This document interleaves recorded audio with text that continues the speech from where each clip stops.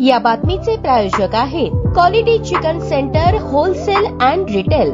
आमचा पत्ता new तिरेगाव forest व फिश मार्केट फॉरेस्ट सोलापूर। उपमुख्यमंत्री एकनाथ शिंदे यांच्या शिवसेनेचे नुकतेच सोलापूर जिल्ह्यात मिशन टायगर सक्सेस झाले। यामध्ये अनेक नेत्यांचा यशस्वी सहभाग पाहायला मिळाला। यामध्ये विशेष करून अक्कलकोट विधानसभा मतदारसंघातील बोरामणीच्या महिला जिल्हा आघाडीच्या अनिता माळगे यांचा मोठा वाटा होता। आता पुन्हा शिवसेनेच्या गळाला आणखीन एक काँग्रेसचा नेता लागला असल्याचे चित्र दिसत आहे। ते म्हणजे माजी आमदार पुत्र 2 वेळा विधानसभा निवडणुकीत लढवलेले भगीरथ भालके। शिवसेनेचे मिशन टायगर सक्सेस झाले, आता मिशन छावा असे नाव असल्याचे बोलले जात आहे। माजी आमदार भारत नाना भालके यांच्या निधनानंतर झालेल्या पोटनिवडणुकीत त्यांचे पुत्र भगीरथ भालके यांना उमेदवारी मिळाली, परंतु केवळ 2 ते 2.5 हजारांच्या फरकाने त्यांचा पराभव झाला। त्यावेळी त्यांनी राष्ट्रवादी काँग्रेसकडून निवडणूक लढवली होती। 2024च्या लोकसभा निवडणुकीत मात्र त्यांनी काँग्रेसला पाठिंबा दिला, पण विधानसभा निवडणुकीत ते शरदचंद्र पवार राष्ट्रवादी काँग्रेस पक्षाकडून पंढरपूर मंगळवेढा या मतदारसंघात इच्छुक होते। जागा वाटपामध्ये काँग्रेसने ही जागा स्वतःकडे घेतली आणि भगीरथ भालके यांना काँग्रेसने तिकीट दिले, पण तिथेही त्यांचा पराभव झाला। तेव्हापासून भगीरथ भालके हे काँग्रेस पासून दूरच आहेत। काँग्रेसचे जिल्हाध्यक्ष पद भगीरथ यांच्या गळ्यात घालण्यासाठी सोलापूरचे नेतृत्व प्रयत्न करत होतं, पण त्यांना